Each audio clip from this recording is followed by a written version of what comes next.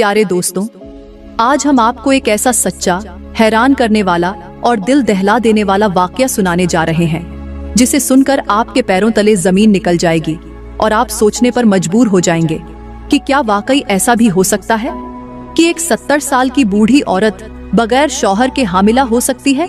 और वो कौन था जिसने उसके साथ ऐसी हरकत की। लेकिन जब बादशाह को इल्म हुआ कि वो दरिंदा कोई और नहीं बल्कि वो तो बादशाह का अपना बेटा है, फिर बादशाह ने सारी दुनिया के सामने बेटे के साथ कैसा सलूक किया, ये वो वाकया है जिसने पूरी सल्तनत को हिलाकर रख दिया। लेकिन जब असल सच्चाई सामने आई तो पूरी सल्तनत देखकर कांप उठी। तो प्यारे दोस्तों, आइए सुनते हैं आज की वो लर्ज़ाखेज और इबरतनाक कहानी जिसने पूरी दुनिया को हिलाकर रख दिया है। पुराने जमाने की बात है कि एक 70 साल की हामिला औरत सुल्तान महमूद के दरबार में हाजिर हुई। उसकी कमर झुकी हुई थी और पेट में 8 माह का बच्चा था। औरत की आंखों में बेबसी थी।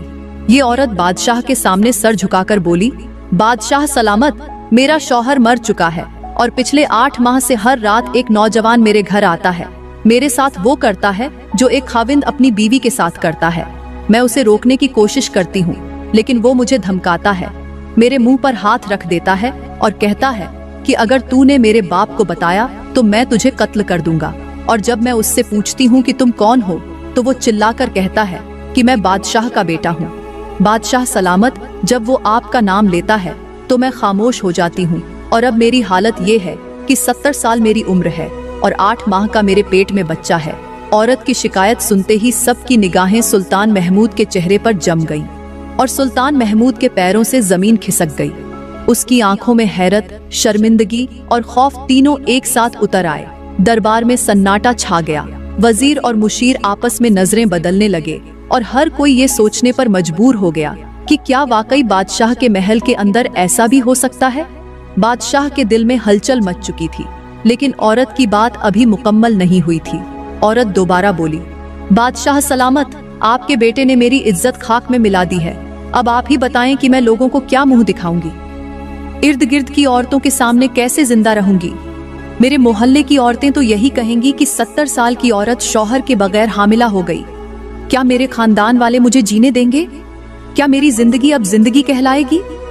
औरत की इन बातों ने पूरे दरबार को खामोश करा दिया और सुल्तान महमूद की आंखों में शर्मिंदगी गहरे पानी की तरह भरने लगी। बादशाह ने पूछा, ऐ औरत, जब पहली रात तेरे साथ ऐसा जुल्म हुआ था तो शिकायत लेकर फौरन क्यों ना आई? औरत ने आंखें नीची रखते हुए जवाब दिया, बादशाह सलामत, मैं शिकायत लेकर आने ही लगी थी, लेकिन उस नौजवान ने मेरे गले पर हाथ रखकर कहा था, अगर तू सुल्तान महमूद के पास गई तो मैं तुझे जान से मार दूंगा। बादशाह सलामत, मैं मरती क्या ना करती। खौफ ने मेरी जबान बंद कर दी थी और बदनामी ने मेरे कदम जकड़ ली थे।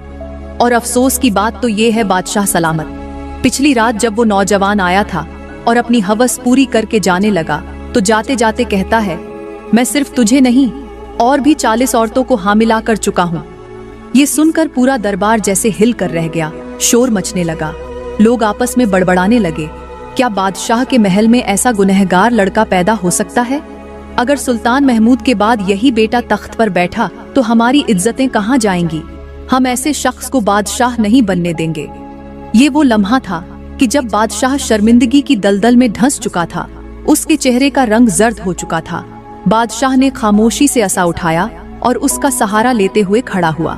चंद लम्हे खामोशी से औरत की तरफ देखा, फिर आहिस्ता से नजरें वजीरों और मुशीरों की तरफ मोड़ी और गरजदार आवाज में कहा, लोगों, बताओ ऐसे नौजवान के लिए कौन सी सजा होनी चाहिए? दरबार में एक हलचल सी मच गई। एक वजीर खड़ा हुआ और गुस्से में बोला, बादशाह सलामत, ऐसे बदकिरदार को कुत्तों के सामने डाल देना चाहिए, जिसने न सिर्फ आपकी इज्जत पर हमला किया बल्कि पूरी सल्तनत को रुस्वा कर दिया। दूसरे मुशीर ने कहा, ऐसे लड़के को शहर की चौक पर उल्टा लटकाकर इबरत का निशान बनाया जाए ताकि आइंदा कोई बेटा अपने बाप के नाम को इस तरह न रौंदे। तीसरे वजीर ने कहा, उसका चेहरा काला करके गधे पर बिठाकर पूरे शहर में घुमाया जाए। कोई कुछ कह रहा था, कोई कुछ, लेकिन सुल्तान खामोशी से सुनता रहा। फिर सुल्तान ने दोबारा औरत की तरफ देखा, कहाँ है औरत? आखिरी बार जब वो नौजवान तुम्हारे पास आया था तो तुझे क्या कहकर गया था? 70 साल की औरत ने धीमी आवाज में कहा, बादशाह सलामत। उसने जाते जाते कहा था कि जब तेरा बच्चा पैदा हो जाएगा तो मैं तुझे दोबारा हामिला करने के लिए आऊं। ये सुनना था कि बादशाह और तड़प उठा और कहा, ऐ औरत, अब तू वापस जा, 2 माह इंतजार कर। जब तेरा बच्चा पैदा हो जाए तो तू अपना बच्चा लेकर दोबारा हमारे दरबार में आना। हम इस बच्चे की शक्ल अपने बेटे की शक्ल से मिलाएंगे और अगर शक्ल मिल गई तो फिर फैसला सुल्तान की तलवार करेगी। मैं अपने बेटे का सर तेरे कदमों पर रख दूंगा, ये बादशाह का वादा है। इतना कहना था कि दरबार के अंदर वाह वाह की आवाजें गूंजने लगी। लोगों ने एक दूसरे की तरफ देखा और बोले, अब इंसाफ होगा, अब सच्चाई जीतेगी। बादशाह ने अपना वादा सबके सामने कर लिया है। औरत ने सर झुकाया, दरबार से निकली और अपने बोझल कदमों के साथ अपने घर रवाना हो गई।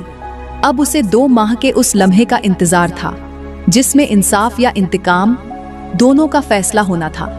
2 माह ऐसे गुजर गए जैसे किसी ने वक़्त के पर काट दिए हों और फिर वो दिन आ ही गया जब उस मजलूम औरत का बेटा दुनिया में आया। चौथे दिन वही 70 साल की औरत अपने नवमौलूद बच्चे को चादर में लपेटकर एक बार फिर सुल्तान महमूद के दरबार में हाजिर हुई। दरबार में कदम रखते ही माहौल बदल गया, शोर हंगामा बंद हो गया, तमाम निगाहें उठ गईं और सन्नाटा छा गया। सबने पहचान लिया कि ये वही औरत है जिसकी फरियाद ने 2 माह पहले पूरे दरबार को लर्जा कर रख दिया था। अब सबकी नजरें बच्चे पर थीं। सबको इंतजार था कि वो दिन आ गया है जब बादशाह का इंसाफ देखने को मिलेगा। वो दिन जब या तो एक गुनहगार शहजादे का सर कटेगा या फिर एक औरत का दावा झूठा साबित होगा। लेकिन उस लम्हे बादशाह दरबार में मौजूद न था। औरत खामोशी से खड़ी रही, बच्चे को अपने सीने से लगाए, निगाहें दरवाजे की तरफ जमाए और पूरा दरबार जैसे तमाशा देखने को तैयार बैठा हो। कुछ लोग आहिस्ता आवाज में कहने लगे, आज फैसला होगा और लगता है बादशाह अपने बेटे को कुर्बानी की छुरी के नीचे ला डालेगा, क्योंकि अब इनकार की कोई गुंजाइश नहीं रही। इतने में दरवाजे पर आवाज आई कि खड़े हो जाओ, बादशाह आ रहा है। इतने में सुल्तान महमूद दरबार में दाखिल हुआ। उसने औरत को देखा तो फौरन पहचान गया। जैसे ही सुल्तान की नजरें बच्चे पर पड़ी तो वो आहिस्ता तख्त की तरफ बढ़ा और बैठने से पहले बोला, ऐ औरत, क्या बच्चा आसानी से पैदा हो गया? औरत ने जवाब दिया, जी हाँ बादशाह सलामत। बादशाह ने सर हिलाया और कहा, चलो शुक्र है, एक मरहला मुकम्मल हो गया। अब हम चलते हैं अपने अगले कदम की तरफ। सुल्तान महमूद ने गरजदार आवाज में हुक्म दिया, अभी और इसी वक्त वो दाई लाई जाए जिसने मेरे बेटे को पैदा होते देखा था। सुल्तान का हुक्म सुनते ही वजीर और मुहाफिज दौड़ पड़े और कुछ ही देर बाद 4 दाइयों को लेकर दरबार में हाजिर हुए। वही दाइयां जिन्होंने 20 साल पहले शहजादे की विलादत में मदद की थी। बादशाह ने उनसे कहा, ऐ औरतों, इस मजलूम औरत के बच्चे को गौर से देखो और याद करो, क्या इसकी सूरत मेरे बेटे से मिलती जुलती है? वही आंखें, वही पेशानी, वही नाक जो तुमने 20 साल पहले देखी थी। दाइयों ने बच्चे को अपने हाथ में लिया, चादर हटाकर गौर से देखा, खामोशी से एक दूसरे की तरफ देखा, फिर दरबार की तरफ और आखिरकार सर झुकाकर बोली, बादशाह सलामत, ये बच्चा अभी बहुत छोटा है, उसकी सूरत अभी मुकम्मल जाहिर नहीं हुई। हमें इसका फैसला करने के लिए कम अज कम 3 माह और इंतजार करना होगा, तब जाकर हम कह सकेंगे कि ये बच्चा किसके चेहरे का अक्स है। ये सुनकर दरबार में एक बार फिर खामोशी छा गई। सुल्तान महमूद ने चंद लम्हे सोचा, फिर आहिस्ता मगर पुख्ता आवाज में कहा, ऐ औरत, 3 माह और इंतजार करो। तुम्हारा इंसाफ हम पर कर्ज है और ये कर्ज हर हाल में अदा होगा। अगर इस बच्चे की पेशानी मेरे बेटे से मिलती हुई नजर आई तो मैं अपने वादे से पीछे नहीं हटूंगा। मेरी तलवार अपना फैसला करेगी। अब सबकी नजरें 3 माह बाद के दिन पर टिक गईं और औरत एक बार फिर इंसाफ की उम्मीद दिल में लिए दरबार से बाहर चली गई। लेकिन 3 माह बाद जब ये औरत फिर से बादशाह के दरबार में हाजिर हुई तो इस बार उसकी गोद में सिर्फ एक बच्चा नहीं था, बल्कि एक और बच्चा उसके पेट में भी पल रहा था। अब की बार दरबार में एक नया रोना था, एक नई कहानी थी। औरत रोते हुए बोली, बादशाह सलामत, आपको चाहिए था कि उसी वक्त फैसला करते, लेकिन आपने मुझे 3 माह इंतजार का कहा और उस दरिंदे ने भी मुझे धमकी दी थी कि जैसे ही तेरा बच्चा पैदा होगा मैं दोबारा आऊंगा और तुझे फिर से हामिला कर दूंगा। और ऐसा ही हुआ। जैसे ही मैं घर पहुंची उसी रात वो फिर आया और पिछले 3 माह से मुसलसल आता रहा। आज मैं फिर से हामिला हूँ। अब आप ही बताइए कि मैं कहाँ जाऊँ, कौन मेरा कसूर सुनेगा। ये सुनकर बादशाह का चेहरा गुस्से से लाल हो गया। बादशाह ने झट से तलवार उठा ली। दरबार में सनसनी फैल गई। तमाम वजीर व मुशीर एक साथ खड़े हो गए। बादशाह ने सख्त लहजे में कहा, ऐ औरत, अब मैं इस जुल्म को मजीद बर्दाश्त नहीं करूंगा। आज ही फौजी तेरे साथ जाएंगे। वो तेरे घर के इर्द गिर्द छुपकर ताक में बैठेंगे और जैसे ही आज रात वो दरिंदा तेरे घर आए तो एक जोरदार चीख मारना। मेरे सिपाही फौरन उसे गिरफ्तार करेंगे और फिर उसका फैसला मैं और मेरी तलवार करेंगे। बादशाह के अल्फाज पूरे दरबार में गूंजने लगे। सबकी नजरें अब आने वाली रात पर जमी थीं। सबको यकीन हो चला था कि अब वो दरिंदा बच नहीं पाएगा। बादशाह के हुक्म पर फौजी औरत के साथ रवाना हो गए। उसके घर के इर्द गिर्द फैल गए और खामोशी से रात होने का इंतजार करने लगे, ताकि जैसे ही वो नौजवान दरिंदा दाखिल हो, एक चीख के साथ सब कुछ बेनकाब हो जाए और फिर दरबार में एक ऐसा फैसला हो जो तारीख के औराकन पर हमेशा के लिए लिखा जाए। खैर, बादशाह के सिपाही औरत के घर के इर्द गिर्द ताक लगाए छुपे बैठे थे। आंखें दरवाजे और दीवारों पर जमी हुई थीं कि अचानक रात की खामोशी को चीरती हुई औरत के घर से एक जोरदार चीख सुनाई दी। सिपाहियों ने फौरन समझ लिया कि वो दरिंदा आ चुका है। लम्हा झाया किए बगैर सब सिपाही दीवारों से छलांगे लगाकर घर में दाखिल हुए और ऐन उस वक्त उस नौजवान दरिंदे को गुनाह करते हुए रंगे हाथों पकड़ लिया गया। सिपाहियों ने फौरन उसका चेहरा कपड़े से छुपा लिया ताकि शनाख्त आम न हो और रात के दूसरे पहर उसी हालत में सफर करके उसे बादशाह के महल की तरफ ले चले। रास्ते में किसी को कुछ पता न चला कि ये कौन है, लेकिन हर सिपाही के दिल में यही आग जल रही थी कि आज वो वक्त आ चुका है जब इंसाफ के खून से तलवार धुलेगी। फज्र के वक्त जैसे ही बादशाह को इतिला दी गई, उसने कहा, इस मनहूस को सुबह सूरज तुल्लू होने के बाद मेरे सामने पेश किया जाए। मैं रोशनी में उसका चेहरा देखना चाहता हूँ, ताकि दुनिया जान ले कि मैं इंसाफ करने वाला बाप हूँ या आंखें बंद करने वाला बादशाह। सुबह का सूरज तुल्लू हुआ तो शहर भर में हलचल मच गई। हर गली, हर बाजार में एक ही जुमला गूंज रहा था, क्या वाकई ये बादशाह का बेटा है? दरबार के अंदर तमाम दरबारी अपनी अपनी जगहों पर बैठे थे। एक सन्नाटा था, मगर हर दिल तेज धड़क रहा था। सबकी नजरें दरवाजे पर लगी थीं कि कब बादशाह आए और कब वो दरिंदा सामने लाया जाए। इतने में सुल्तान महमूद दरबार में दाखिल हुआ। पूरे वकार और गुस्से के साथ अपनी जगह पर बैठा।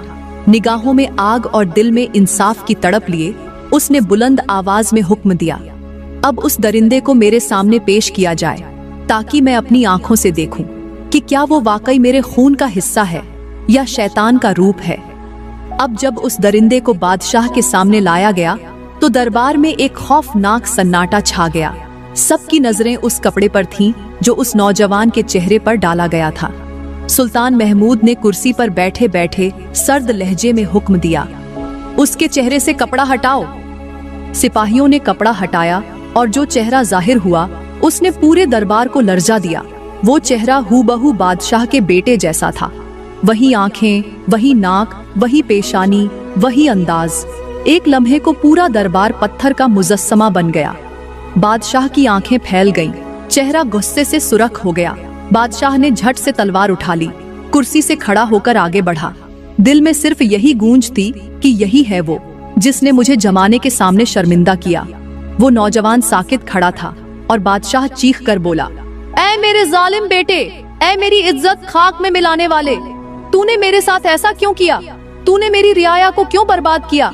तूने अपनी हवस के लिए 40 मासूम औरतों को हामिला कर दिया और अब ये 70 साल की औरत तेरी आखिरी शिकार बन गई। बादशाह का जिस्म कांप रहा था। तलवार उसके हाथ में थी और आवाज दरबार की दीवारों से टकरा रही थी। बादशाह ने सिपाहियों को हुक्म दिया कि उसे फौरन कत्लगाह की तरफ ले जाओ। आज मैं खुद अपने हाथों से अपने बेटे का सर कलम करूंगा, ताकि आने वाली नस्लों को मालूम हो जाए कि बादशाह का बेटा अगर जालिम निकले तो उसका अंजाम भी आम मुजरिमों जैसा होता है। नौजवान को घसीटते हुए कत्लगाह की तरफ ले जाया गया। दरबार के दरवाजे खुले, लोग रास्ते में खड़े थे। सबका चेहरा हैरत और खौफ से सफेद हो चुका था। बादशाह का काफिला कत्लगाह पहुंचा। तलवार चमक रही थी और नौजवान अपने घुटनों के बल झुका हुआ था। बादशाह ने जैसे ही तलवार बुलंद की, फजा में खामोशी छा गई, लेकिन तलवार चलने से एक लम्हा पहले पीछे से एक बुलंद आवाज गूंजी। अब्बा हुजूर, ठहर जाइए, आपका बेटा यहाँ मौजूद है। आप जिसे कत्ल करने जा रहे हैं वो आपका बेटा नहीं, वो कोई और है। ये आवाज सुनकर बादशाह की तलवार हवा में रुक गई। लोगों की गर्दनें एक साथ पीछे मुड़ गईं। इतने में असल शहजादा दौड़ता हुआ कत्लगाह में दाखिल हुआ। चेहरा पसीने में भीगा हुआ, कपड़े खाक आलूदा और आंखों में एक ऐसा खौफ था जो किसी मासूम की बेगुनाही के दिफा में होता है। वो बुलंद आवाज में चीखा, अब्बा हुजूर, रुक जाइए, आप जिसे कत्ल कर रहे हैं वो कोई और है, आपका बेटा नहीं है। सुल्तान महमूद की आंखें हैरत से फैल गईं। उसने लरजते हाथों से तलवार जमीन पर फेंकी, तेजी से आगे बढ़ा और शहजादे को गले लगाकर कहा, बेटा, शुक्र है मेरे रब का कि तू वक्त पर आ गया, वरना आज तेरे बाप की तलवार एक ऐसा खून बहा देती जो मेरा नहीं बल्कि मेरे जमीर का कत्ल होता, मेरी आखिरी सांस में पछतावा होता। बादशाह ने फौरन सिपाहियों को हुक्म दिया, इस नौजवान को फौरन वापस दरबार में ले जाओ, अब सच्चाई और अदल का फैसला सबके सामने होगा। नौजवान को जंजीरों समेत वापस दरबार लाया गया, जहां हर आंख सवाल बन चुकी थी, हर लब खामोश और हर दिल धड़क रहा था। बादशाह ने सख्त लहजे में पूछा, अब बता, तू कौन है और मेरे बेटे की तरह तुझे शक्ल कैसे मिली?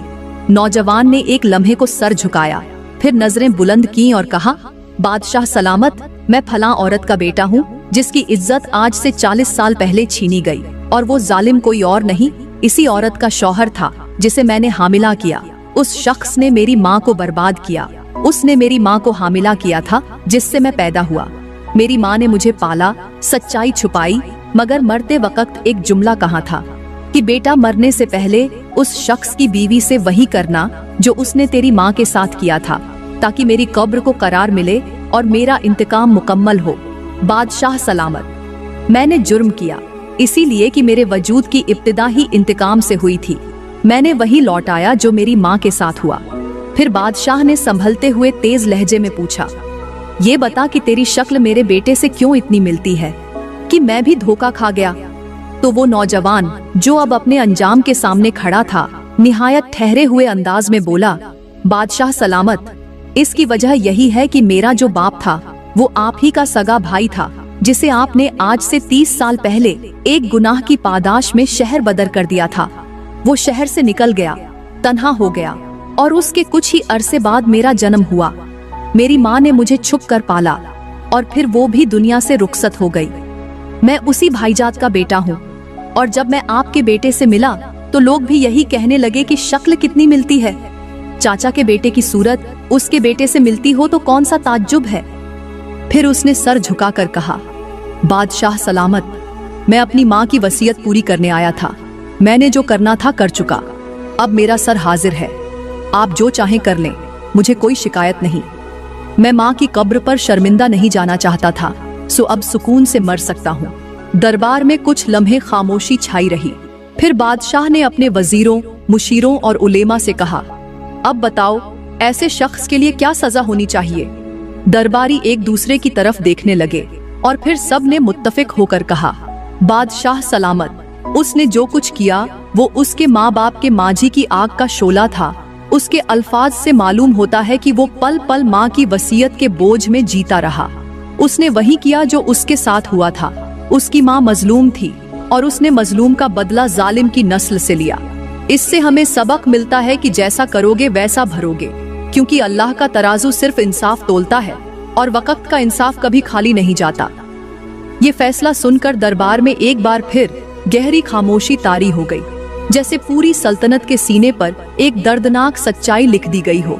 तो प्यारे दोस्तों, ये थी आज की वो सनसनीखेज, हैरतअंगेज और आंखें खोल देने वाली कहानी, जो सिर्फ एक वाकया नहीं बल्कि पूरे जमाने के लिए इबरत और सबक का पैगाम है। ये कहानी हमें ये सिखाती है कि जिंदगी में अगर किसी के साथ अच्छाई करोगे तो वो लौटकर कभी न कभी तुम्हारे दामन को खुशबू से भर देगी, और अगर किसी के साथ जुल्म करोगे, ज्यादती करोगे, किसी बेकसूर की आह लोगे, किसी मजलूम की इज्जत छीनोगे, तो याद रखो, वक्त तुम्हें कभी नहीं छोड़ता, क्योंकि अल्लाह का तराजू सिर्फ इंसाफ ही तोलता है। न वो रिश्ता देखता है, न ताकत, न ओहदा, न दौलत, वो सिर्फ नीयत और अमल का वजन करता है। और जब वो तोलता है तो फिर सब कुछ बराबर कर देता है। किसी के गरूर को खाक कर देता है, किसी के जुल्म को उसकी नस्ल के सामने बेनकाब कर देता है और किसी के सब्र को शहादत में बदल देता है। इस कहानी का हर लम्हा चीख चीख कर ये ऐलान कर रहा था कि किसी को इतना मत सताओ, किसी को इतना मत रुलाओ, किसी का दिल इतना मत तोड़ो कि वो मरने के बाद भी तुम्हारे लिए बद्दुआ छोड़ जाए। क्योंकि वक्त बहुत ताकतवर है, वो चुपचाप नहीं बैठता, वो घूमकर तुम्हें वहां ला खड़ा करता है जहां तुम्हारे अपने हाथ तुम्हारे खिलाफ गवाही देने लगते हैं। याद रखो, किसी के आंसू मामूली नहीं होते, किसी की चीख अल्लाह के अर्श तक जाती है, और जो रब अर्श पर है वो देर से पकड़ता है, मगर जब पकड़ता है तो फिर ऐसा गिरा देता है कि न तुम्हारी सल्तनत बचती है, न तुम्हारा नाम, न तुम्हारी नस्ल। इसलिए प्यारे दोस्तों, अगर जीना है तो इंसाफ के साथ जियो, अदल के साथ चलो, किसी को मत रौंदो, क्योंकि वो रब कभी किसी मजलूम का बदला छोड़ता नहीं, चाहे वो बदला 40 साल बाद ही क्यों